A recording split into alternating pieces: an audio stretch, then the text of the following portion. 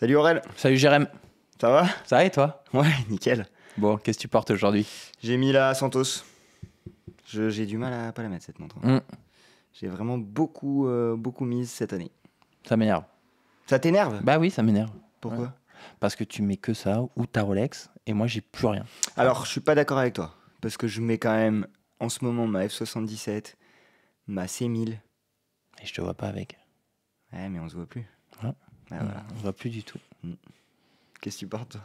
Comme d'hab. Ouais, bah, l'autre, il me dit que je mets les mêmes montres, toi. Oui, mais c'est parce que moi j'en cherche, tu vois. Je suis en Oui. recherche d'une Rolex ou d'une Cartier et ça m'énerve de te les voir à ton poignet alors que moi je ne les ai plus dans ma collection. Je ferai attention de pas les mettre devant toi. Ce serait gentil. Ok. Tout du moins tant que j'ai pas trouvé. Ok. Bon, on parle de quoi aujourd'hui?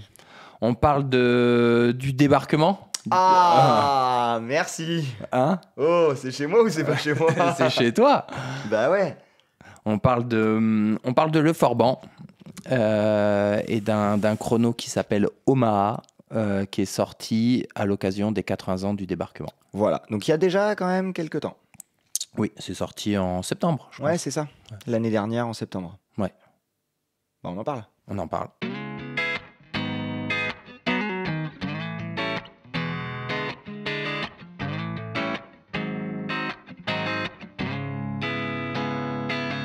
Bon, juste petit rappel, le Oui. Forban, on en a déjà parlé. Oui, Pour ceux qui n'ont pas vu les vidéos, on vous mettra les liens en bas. On en avait parlé, je sais plus si c'était la Brestoise ou la Malouine, une des deux. brestoise, je pense. Brestoise. Et après, on avait parlé de l'arrivée de la Rochelaise, avec le côté plongeuse double couronne, Ouais. qui était sympa. Pour ceux qui n'ont pas vu les autres vidéos, le Forban, ce qui est intéressant, moi je trouve, dans cette marque, c'est que c'était une marque historique. Jean-Sébastien Coste, il en a trouvé une, je crois, dans un vide-grenier, un truc comme ça. Exact. Il s'est dit, qu'est-ce que c'est que cette marque? Il a fait des recherches, des machins, puis en fait, il a relancé la marque, quoi. Puis il a vu que c'était en fait aussi très pointu, hein, avec Oui. la marine, avec. Bien sûr, c'était des montres très professionnelles à l'époque, Ouais. mais la marque était vraiment passée sous les radars complets. Et ce que j'ai aimé dans son approche, moi, et je sais pas si vous allez être d'accord avec nous, c'est que il en a pas fait un truc direct, hyper cher, il s'est dit, je vais en faire une marque avec une histoire assez riche, professionnelle, tout ça, mais je vais essayer de faire des plongeuses Access dedans. Et la Malouine et la Brestoise, je sais pas si tu te rappelles quand on a rentré la marque à l'époque, Ouais. avoir une plongeuse dite française, que bien sûr c'est pas un mouvement français, c'est pas, Ouais. mais c'est quand même un projet français, à moins de 500 € à l'époque elle était. Ouais. Non, et puis moi ce que j'ai aimé, c'est qu'il en a pas mis non plus partout. Oui. Tu vois, il aurait pu arriver avec 6 ou 8 déclinaisons par modèle. Il aurait fait des cadrans verts, des cadrans bleus, des cadrans roses. Oui, tu vois, je suis d'accord. Des silicones de toutes les couleurs. La collection, elle est assez simple. Elle est très digeste. Elle est très digeste. C'est du bleu, du noir. Et après, Oui. du bracelet tropique ou du bracelet grain-de-riz. C'est facile à comprendre, Ouais, il y voilà. va à son rythme, et ça c'est vrai que par rapport à ceux qui ont vu nos analyses là, de l'année, c'est un truc où la surdéclinaison peut être un petit peu, peut avoir ses limites, on va dire. Surtout dans ces prix-là. Oui. Hein, c'est facile, c'est du moins de 500. Tu peux te dire, j'en fous Allez, partout. je fais 10 cadrans, je fais Ouais. 10 bracelets, Ouais. mais après les gens ils sont un peu perdus. Que là c'est assez simple. Et là ce qui est intéressant aujourd'hui, c'est qu'il remplit une case qu'il a jamais remplie pour l'instant. Oui, Du coup il y a des choses à dire. exactement. On parle de la montre. On parle de la montre.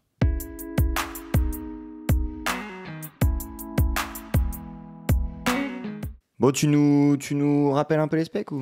Ouais, c'est ce que j'aime bien, c'est un boîtier en 39, Oui, pour Mais un la chrono. mais la lunette, elle est en 40.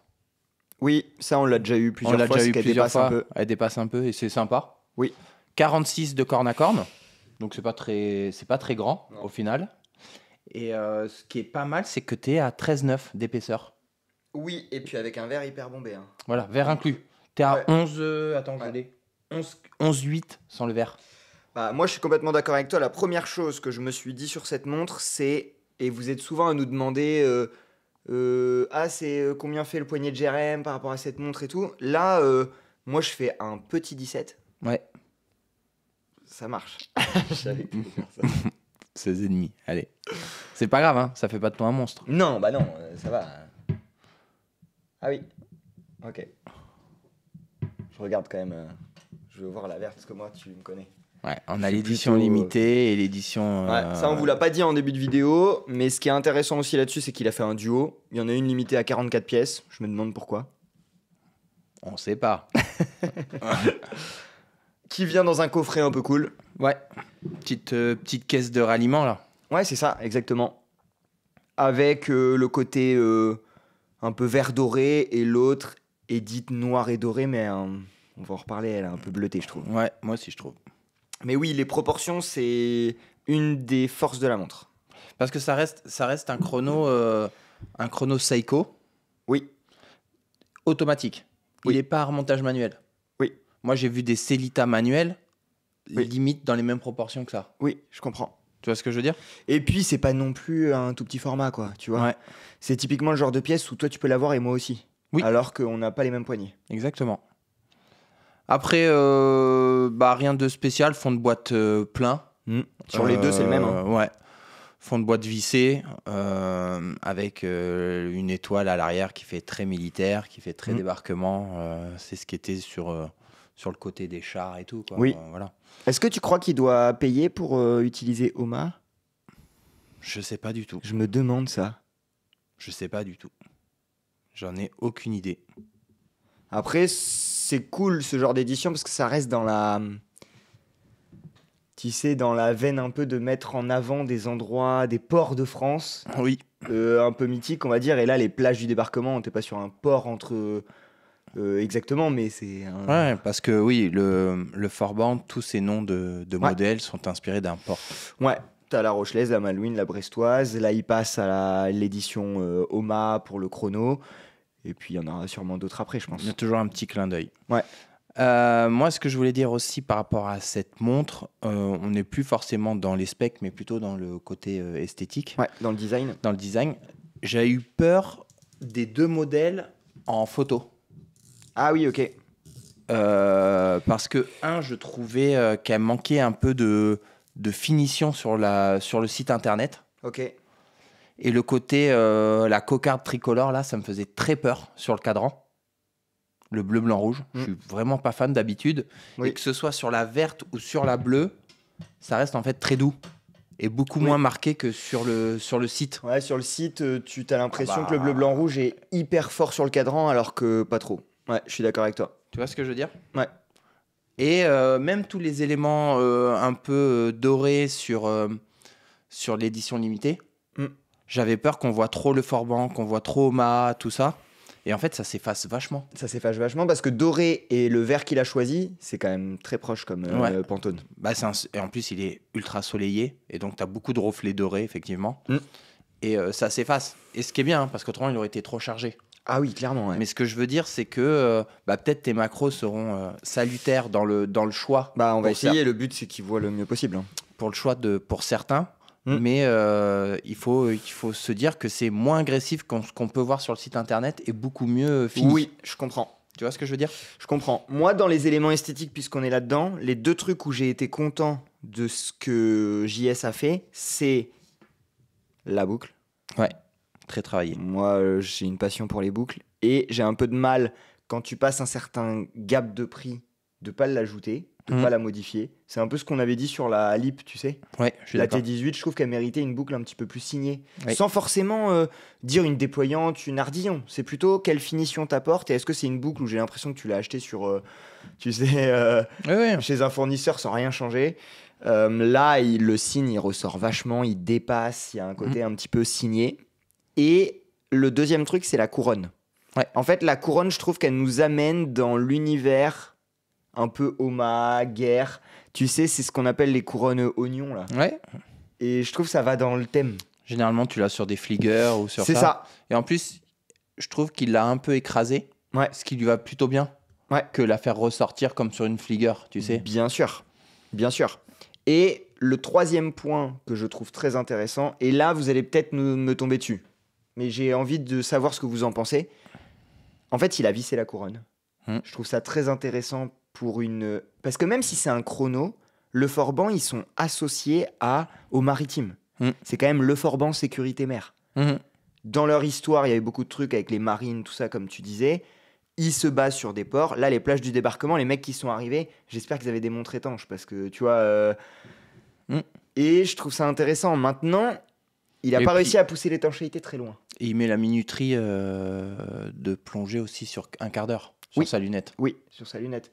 Du coup, on est sur le chrono, et nous, on est de plus en plus à mélanger les styles, tu sais, à moins faire qu'une seule montre pour une seule utilisation. Ce que j'aime bien dans cette pièce, c'est que moi, je l'ai souvent dit, je préfère presque un 5 bar couronne vissée qu'un 10 bar couronne non vissée. Et du coup, là, c'est ce que c'est. Maintenant, ça serait intéressant de savoir pourquoi est-ce qu'il n'a pas pu le pousser plus loin. Je pense que c'est lié au poussoir. Ouais, je pense que c'est pour pas avoir du SAV sur des poussoirs utilisés dans l'eau. Voilà. Ou il y a eu un petit choc avant, t'as pas vu, il est un peu décalé. Et visser les poussoirs, c'est encore un autre délire, je pense. Oui. Mais ça me rassure quand même pour tout ce qui est grosse pluie, lavage de mains. Utilisation courante, t'es un petit peu plus protégé. Donc moi, c'est les 2 points où je trouvais que c'était intéressant de l'amener et ça en fait une pièce un petit peu spéciale. Et là, tu vois, depuis que tu la manipules tout à l'heure, j'ai vu quelque chose que je n'avais pas vu, c'est le chanfrein. Je pensais que le boîtier n'avait pas de finition. Si, et au final, il y a un chanfrein. Ah ouais, mais quand tu l'as manipulé suffisamment pour que ça prenne de la brillance. Ouais, bien sûr. Tu vois. Après, c'est bien qu'il ait mis ça, mais je trouve pas que le boîtier soit le truc principal de cette montre. Non, c'est le cadran. Il y a quelques petits détails, mais pour moi, c'est le cadran. Franchement. Et le cadran, ce qui est intéressant aussi, pour aller plus loin, c'est que je trouve qu'il y a une affiliation avec le reste de la gamme Le Forban. C'est là que tu la reconnais, que tu sais que c'est une Le Forban. Oui. Les chiffres un peu surdimensionnés. Tu mets toute la collection les unes à côté des autres. Il n'y a pas une pièce où tu dis, bon, il a voulu sortir son chrono, il n'a rien à voir avec le reste de la collection. Exactement. Ouais, je suis d'accord.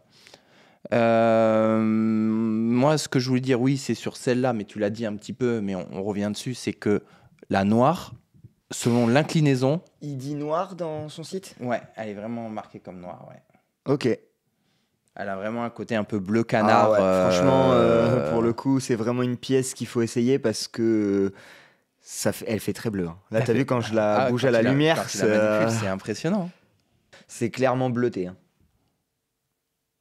Et ça lui donne du charme. Hein. Bah, ça fait une couleur inédite, tu vois. C'est ça. Moi, ce que j'aime bien, en fait, c'est que les couleurs aussi lui donnent un côté un peu spécial. Au-delà du fait que ce soit aussi un chrono qui est la lunette de plongée, la couronne vissée, alors il y en a d'autres, hein, ça la rend pas unique, mais je trouve que ça la rassocie à l'ADN de la marque. Et en plus, c'est des couleurs que vous n'allez pas trouver sur tous les chronos. Non, c'est assez pas engagé, mais un peu quand même. Ah si, un peu quand même, ouais. Et je trouve que ce côté biton, que ce soit noir et or ou vert et or, ça fait des choses un petit peu plus inédites.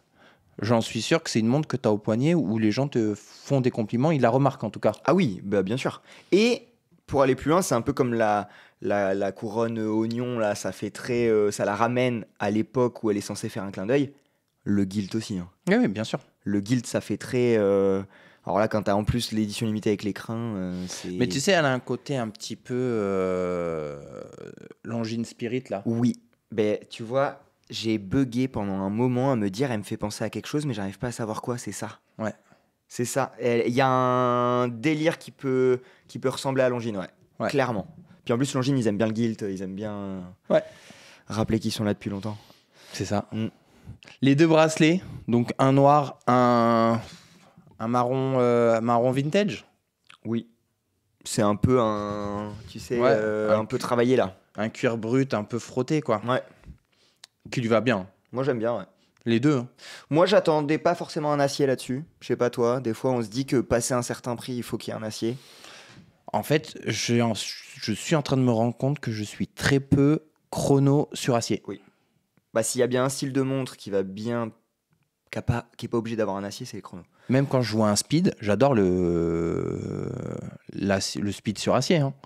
Mais l'autre jour, j'ai vu un speed sur cuir et je me suis dit, en vrai... Non, puis le speed, je pense que tu le prends sur acier parce que tu te dis, à ce prix-là, je veux avoir l'acier au cas où. Ouais. Mais en soi, si tu dois dire sur quoi est-ce qu'il est le plus beau, c'est un cœur. Ouais, c'est sûr. Et je trouve que les chronos, du coup... Alors là, je sais pas si j'en aurais mis un perforé, un racing ou pas. Je me suis... Puis c'est des tailles standards, donc en fait, la boucle elle va pouvoir s'adapter sur n'importe quel autre bracelet. Oui, mais en vrai, quand il n'y a pas de faute de goût. Tu vois, quand tu le vois, en fait, les bracelets, c'est trop des choix. C'est tellement subjectif. Ah, de ouf. Donc, mais oui, il n'y a pas de faute de goût, c'est cohérent. C'est cohérent, exactement. Voilà. Et puis après, on en a parlé, mais il y a le petit écrin là où vous avez la montre, les papiers de la montre et une petite. Ah, une plaque, ok. Ouais. Ouais, une petite plaque vraiment militaire. Bon, c'est cool, il a été au bout du set, quoi. Oui, et c'est le truc que t'attends sur un petit clin d'œil si tu le reçois dans la boîte comme ça. Oui. Tu vois. On analyse un peu tout ça. Ouais. Il y a des trucs à dire encore sur l'analyse, je trouve.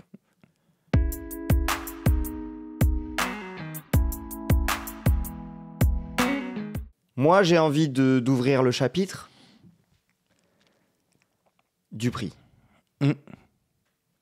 On est à 1690 € pour celle-ci. 1944 pour celle-ci. Avec un mouvement automatique Seiko. Voilà.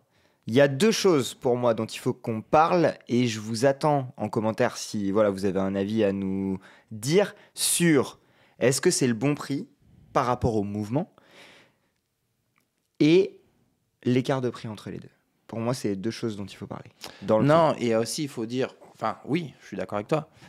Mais il y a peut-être aussi à dire, est-ce que c'est le bon prix pour le Forban ? Ah oui, oui. Quelque part. Oui, ça, c'est une autre analyse que toi, tu peux amener, ouais, j'avoue. C'est vrai. Parce que... par rapport aux autres prix de la marque, tu veux dire ? C'est ça. Et donc, on s'est posé cette question avant la vidéo. Ouais. Et je vous cache pas qu'on a de suite tapé le mouvement de la montre. Ouais. Et en fait, on a vu que tous les concurrents sortaient au même prix. C'est quasiment. Ça, quasiment. Dans une fourchette de 200 €. En fait, moi, je vais être complètement transparent. Au tout début, quand elle est sortie, j'ai vu le prix et je me suis dit 1690 €. Il a mis un Seiko, un mouvement automatique, mais Seiko, c'est le prix de certains Suisses qui emboîtent ça. Alors déjà, c'est en train de changer, on en a parlé dans notre vidéo bilan, mais les prix ont sacrément augmenté récemment. Ouais, et puis tu n'as plus grand-chose en chrono suisse en dessous de 1900 plutôt, ou 2000. Voilà. Et en fait, ce mouvement-là, il a été utilisé dans la Speedgraph, par exemple, de Yema. 1690, la Speedgraph. Ouais, ouais, je crois que c'est ça. Hein. Elle était à 1650, mais elle est épuisée depuis un moment. Hein. Ça fait plus d'un an, je pense, ça fait 1 an et demi. Seiko en propre chez Prospex, elles sont plus étanches, mais sort les modèles à 2000 et quelques. Ouais, 2005, je crois, un truc comme ça. Lip a sorti une rallye il y a un moment. 1009, je crois. 1009, c'est la dernière. Oui, et celle d'avant. La verte, 1490. Oui. Et on a regardé le mouvement se vend seul 590 €. Oui, oui. En fait, il est rendu... ouais, je vois... En fait, c'est que on a cette... Moi, j'ai cette image que c'est forcément en dessous d'un Cellita, mais en fait, plus trop. Plus trop. Alors, dans les perfs, faut voir exactement, tu vois. Et les Cellita qu'on met à ce prix-là sont souvent manuels. Oui, c'est pas forcément les automatiques. C'est pas forcément les automatiques, t'es plus à 2002. Alors, il y aura toujours une licorne. La licorne, pour moi, c'est Econotra. Non, mais vous allez en trouver des marques qui font du moins cher. Ah, mais oui. Soit ils passent en direct, soit ils n'ont pas une stratégie aussi de revendeur. Oui, ils peuvent pas générer les marges. Ils n'ont pas besoin de générer les mêmes marges que. Soit ils n'ont pas envie de. Enfin, ils travaillent avec des prix cassés pour se faire connaître. Enfin, tu vois, mais il y en a toujours. Hein. Ah, mais clairement. Ou avec des logistiques en Chine et compagnie. Il y en a. JS, il essaye de faire un travail, même que ce soit dans l'assemblage, tout ça en France, et ça a un coût. Ah, bah, bien sûr.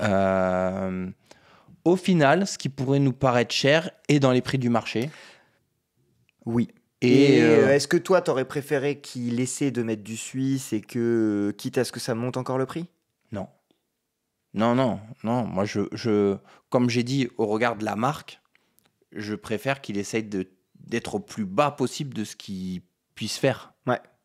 Tu vois, j'ai eu ce problème moi, un jour avec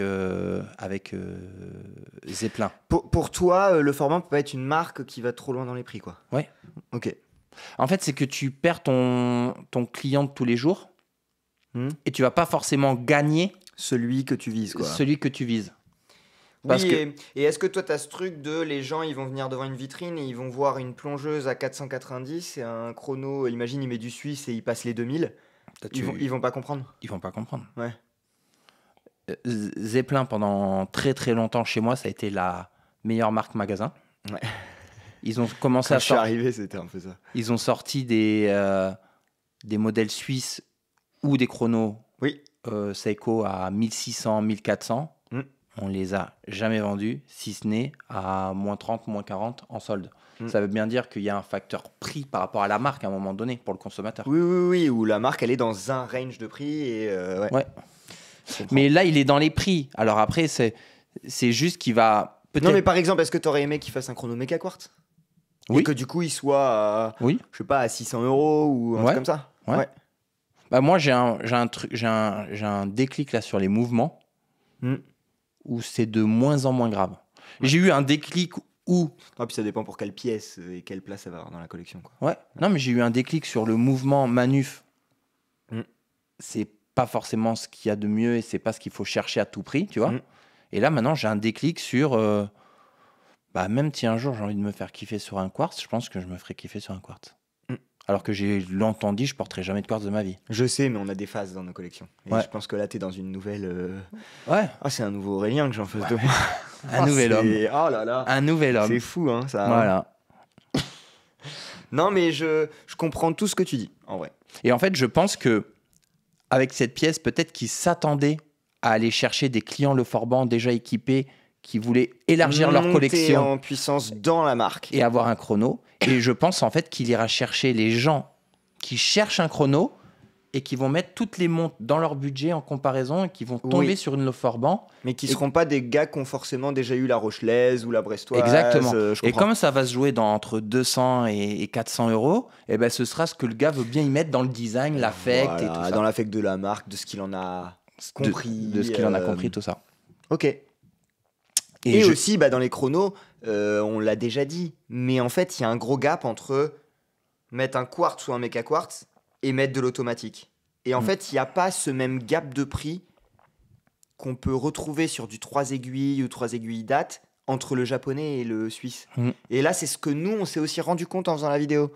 C'est qu'en fait, un chrono automatique Seiko, c'est pas beaucoup moins cher qu'un suisse, quoi. Ah bah non. Quand tu vois le prix que Seiko emboîte les siens, et ils en sont propriétaires du mouvement. Oui.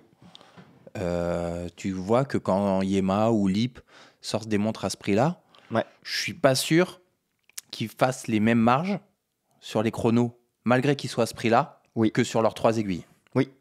Et aujourd'hui, je vais te dire, même si j'aime, par exemple, les 3 qu'on a vus là, c'était une Yema, une Lip et une Leforban. Même si j'aime beaucoup Lip, je trouve que la Leforban dans la même style de marque est mieux finie que la Lip. Elle a plus de détails, elle a plus son identité que la Lip Rally, que je trouve déjà beaucoup plus épaisse. Alors peut-être c'est pas vrai. En fait, pour moi, la Lip Rally en auto, elle manque de finition. Limite, c'est une montre, quand ils l'ont sortie en quartz ou méga quartz, là, je l'ai trouvé super parce que ça reprenait vraiment l'ADN de l'époque. Elle était toute petite et c'est une montre que tu n'arrives pas à grossir au final, je pense. Le design se prête pas. Ou alors, faut que tu changes un peu le design, quoi, parce que ça se prête à une petite montre. Et là, je la trouve mieux finie. De toute façon, une des forces de Leforban, c'est quand même un peu le coup de crayon et le choix de, tu vois, c'est le design quand même.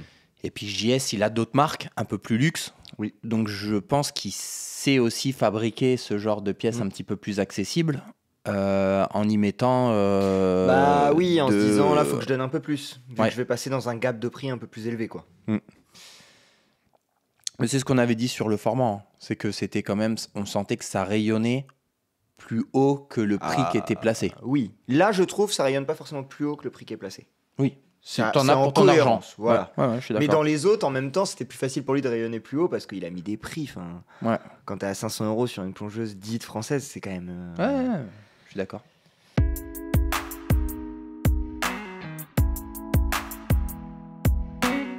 Bon, voilà, on a tout dit.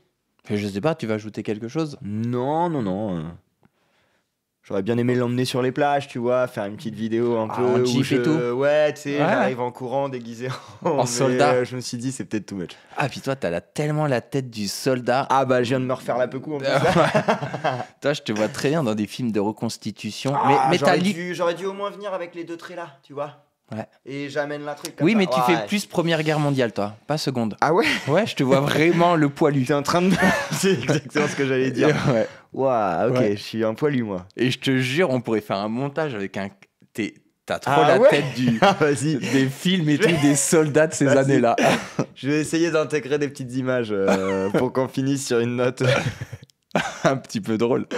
T'as une tête de poilu. Ça, on me l'a jamais faite. Tu Ouais. vois, franchement, c'est Mais la j'en suis première sûr fois. que tout le monde va être d'accord avec moi. Bah. Moi, j'ai pas la tête du soldat des années 20. Mais toi, Bon. t'as la tête. Bah, si vous voulez pas vintage. nous dire forcément en commentaire ce que vous pensez de cette montre, vous pouvez nous dire en commentaire si j'ai une tête de poilu. Voilà. Voilà. Bah, à la prochaine. À plus.